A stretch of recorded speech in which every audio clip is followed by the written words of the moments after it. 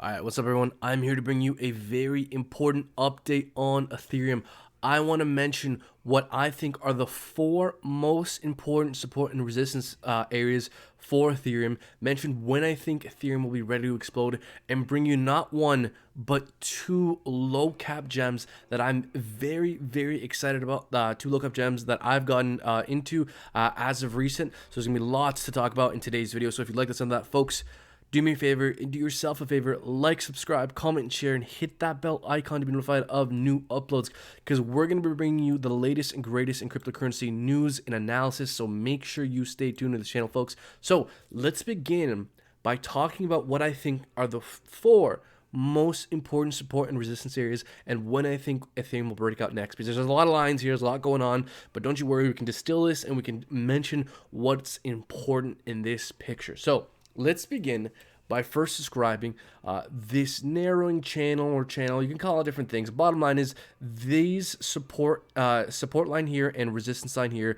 I believe, are the most one of the four most relevant support / resistance areas. Based off these 3 wicks here, if we just extend a resistance line here, and as well based off of this wick and these candle bodies here, if we just extend a resistance line, they coincide exactly where we've been finding rejection off of. So I do believe this is somewhat of a valid resistance area as well. Based off of these 2 wicks, if we just extend a green support line and this wick here, then I think this channel here is a range that will be very important to understand what way we break out of. We've been exactly, all this price action right here has been exactly within our channel here. Now, something I'm noticing literally just by looking at this is I think Ethereum could be forming a diamond pattern here potentially, which if we break out of could be extremely bullish. Which, you know,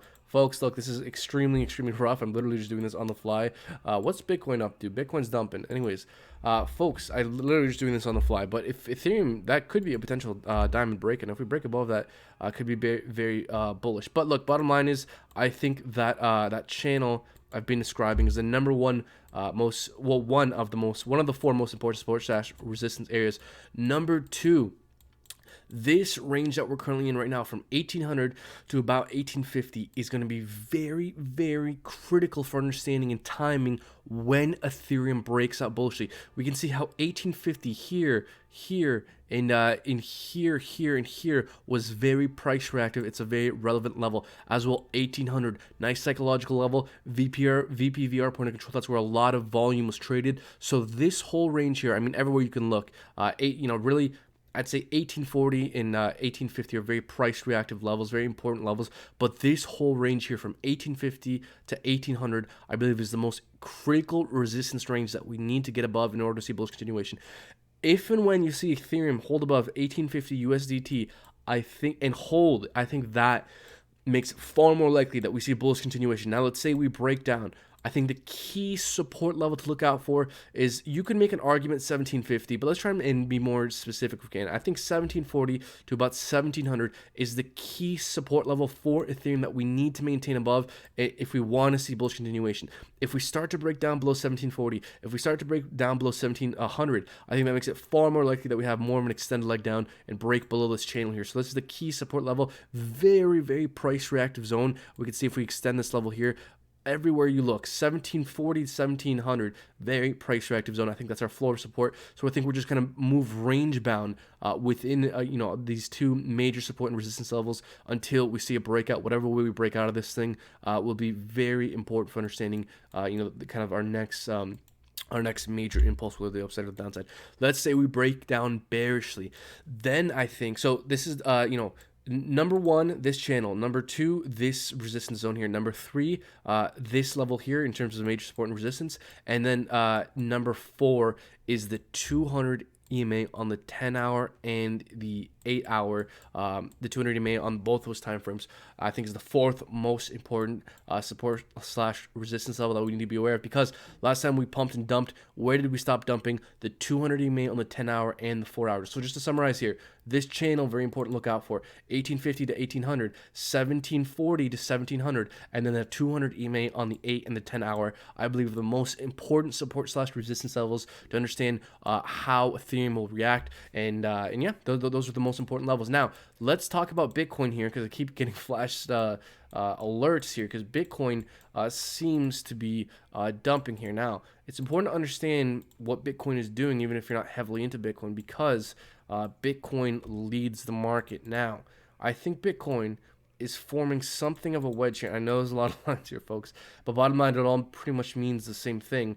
We're forming a bit of a wedge here. We're at the bottom of our wedge. You could draw it different ways based off previous channels, but we're likely to have a breakout with Bitcoin out of this wedge within the next 2 days here, probably within the next day, most likely. So understanding what way we break out of this wedge here will be very important to understand what the next major move is for the altcoins, because Bitcoin affects Bitcoin dominance, and Bitcoin dominance is a very good temperature check of the altcoin market. So before I delve into the altcoins that I want to bring you guys, I want to mention Bitcoin dominance here, because Bitcoin dominance, for those who don't know, is the total value of Bitcoin in comparison to the total value of all cryptocurrency. So this is a very good chart trending time when the altcoins are truly going to take off. If we start to rally, altcoins typically suffer. If we start to fall, altcoins typically benefit. If we see Bitcoin dominance fall below 60%, and we get a daily candle close below 60% in Bitcoin dominance, that is a big deal. That is something that's never hasn't happened recently.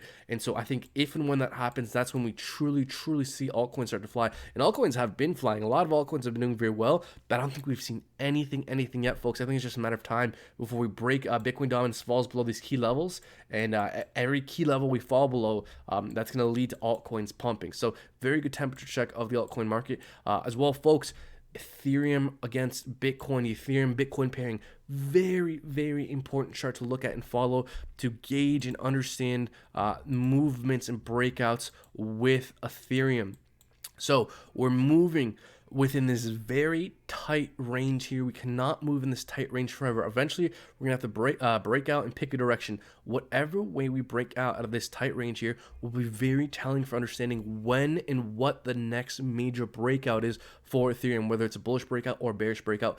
Understanding what way we break out, you should look at the Ethereum Bitcoin pairing, because it'll be very telling for understanding what that direction is. Let's say we break out bullishly. I think we're retesting this level here. Let's say we break down bearishly below these key support ranges here. Then I think we're probably retesting this range here based off some volume and kind of some historical price reactive zone. So yeah, kind of retesting the 2.6 here, I think kind of makes some sense in my opinion. So that's what I'm looking out for in terms of support level if we start to break down further. So folks, I want to bring you guys 2 low cap gems that I've been talking to our VIP Discord group about. Folks, if you want to join our VIP Discord and get access to low cap gems, interesting setups, and extremely helpful resources, join our Patreon. Link for that will be down in the description below.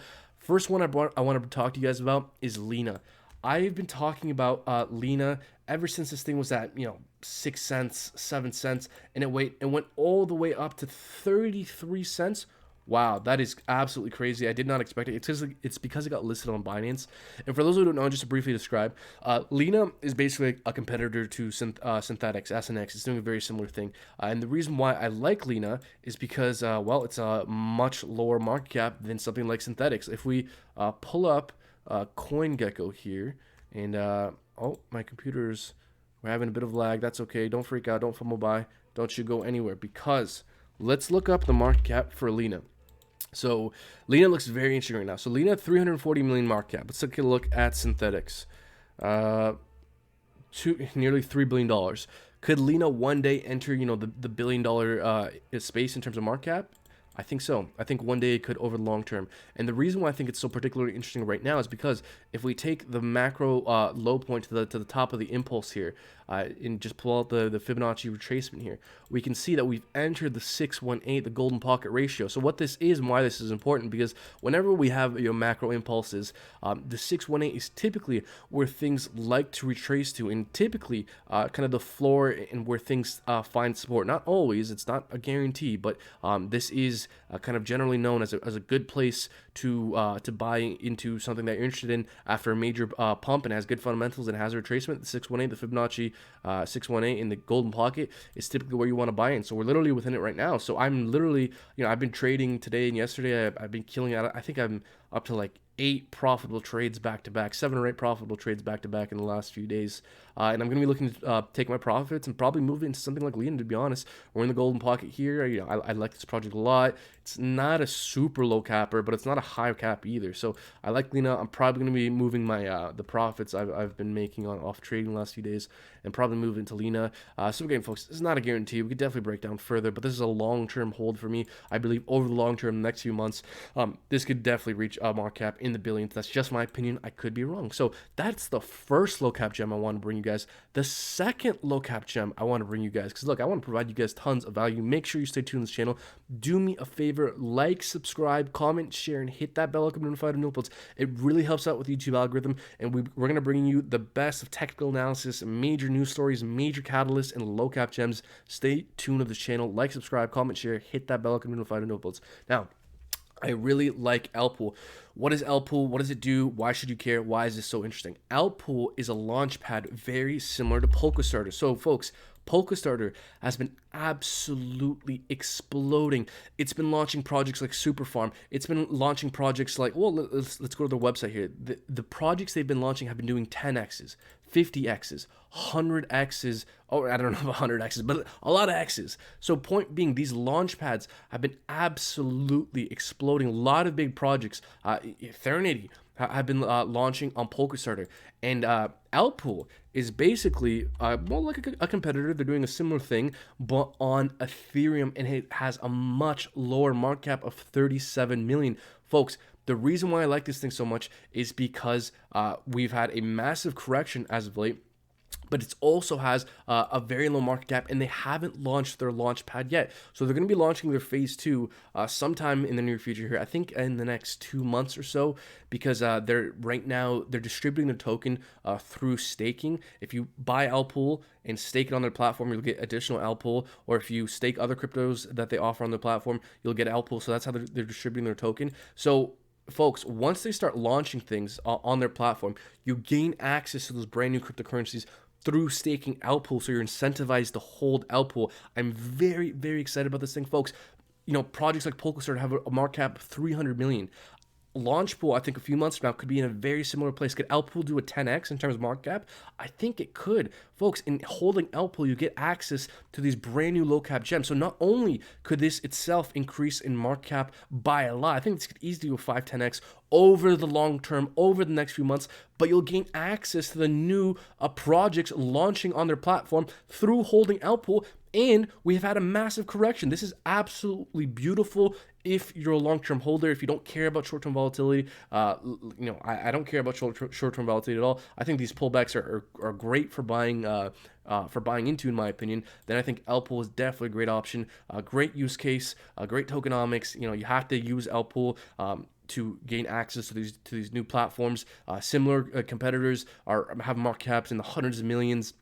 A great price structure. Another thing I want to mention too, I know I probably repeating a few of the same things here, but I want to bring up the psychology of a market, because if we look at the price structure of LPOOL, it's mirroring so closely the price structure of the psychology of a market, where markets typically move in these cycles where we have a massive run up, massive impulse up, then we crash, Then we have a bit of a relief rally after the crash. Look at this, massive run up, massive crash, a bit of a relief rally after the crash, and then we have another like a pump in the middle, a fake out. Look at this, pump in the middle, a bit of a fake out, then a retracement, and then only after that little fake out, that pump in the middle, and then there's one final sell off, one final capitulation. All the weak hands get shaken out, and then the cycle repeats itself, rinse and repeat, rinse and repeat. I see this process play out all the time, and if you look at the price action and the psychology of a market, they're so similar. So we could even have more of a breakdown further and have one final sell off, one final capitulation.